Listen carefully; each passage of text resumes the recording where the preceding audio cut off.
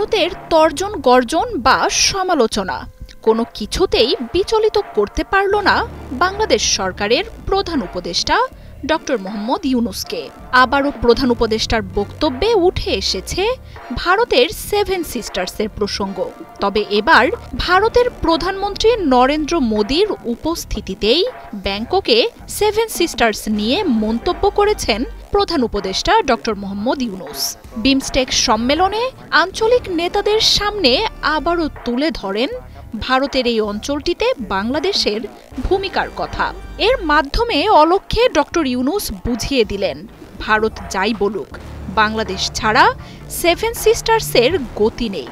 সামুদ্রিক পরিবহন সহযোগিতা সম্পর্কিত বিমস্টেক চুক্তি এই অঞ্চলের মধ্যে বিশেষ করে স্থলবেষ্টিত সদস্য দেশ এবং ভারতের সেভেন সিস্টার্সের সঙ্গে যোগাযোগ বৃদ্ধিতে অবদান রাখবে বলে সদস্য দেশগুলোকে জানান তিনি।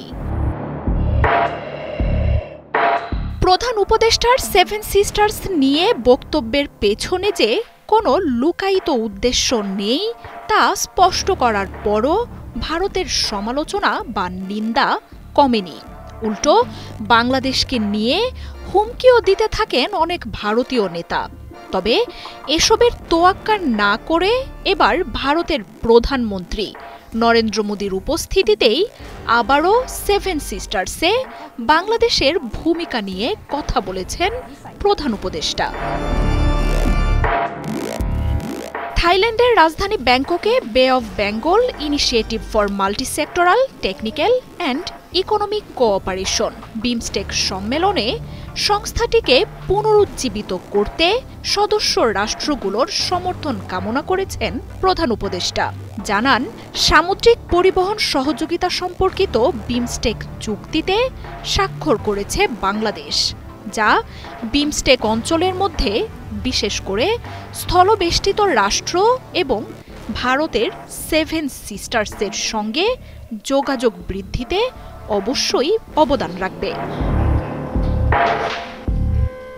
চীন সফরে দেয়া প্রধান উপদেষ্টার বক্তব্য যে ভারতকে নাড়িয়ে দিয়েছে তা বোঝা গেছে বিমস্টেক সম্মেলনে ভারতীয় প্রধানমন্ত্রী নরেন্দ্র মোদী ও পররাষ্ট্রমন্ত্রী এস জয়শঙ্করের বক্তব্য থেকেই। থাইল্যান্ডের এই সম্মেলনে সেভেন সিস্টার্স রাজ্যগুলোকে ভারতের অবিচ্ছেদ্য অংশ জানিয়ে দেয়া তাদের বক্তব্যই সেটা স্পষ্ট করেছে।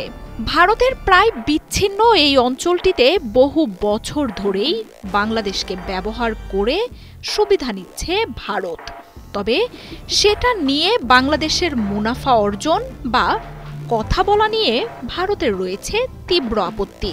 এই নিয়ে তর্জন গর্জনও কম হচ্ছে না মোদির দেশটিতে। সেভেন সিস্টার্স নিয়ে বেশ কিছুদিন ধরেই উত্তাল ভারত। গেল সপ্তাহে চীন সফরে সেভেন সিস্টার্স নিয়ে দেয়া বক্তব্য ছড়িয়ে পড়েছে দেশ জুড়ে।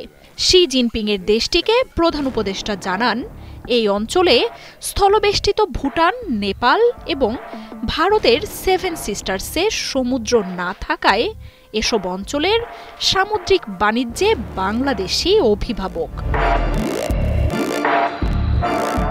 আর প্রধান উপদেষ্টার এই বক্তব্য ঘিরেই ভারতে শুরু হয় তোলপাড়। সেভেন সিস্টার্স নিয়ে চিরশত্রু চীনে বাংলাদেশের এই বক্তব্যের পেছনে উস্কানিমূলক কারণ খুঁজতে শুরু করে গণমাধ্যম থেকে রাজনীতিকরা। সেভেন সিস্টার্স রাজ্যগুলোকে নিয়ে এমন মন্তব্যের পেছনে বাংলাদেশের দীর্ঘ পরিকল্পনা এবং এজেন্ডা রয়েছে বলে দাবি করেন তারা। মার্জিয়া উপমা, ৭১।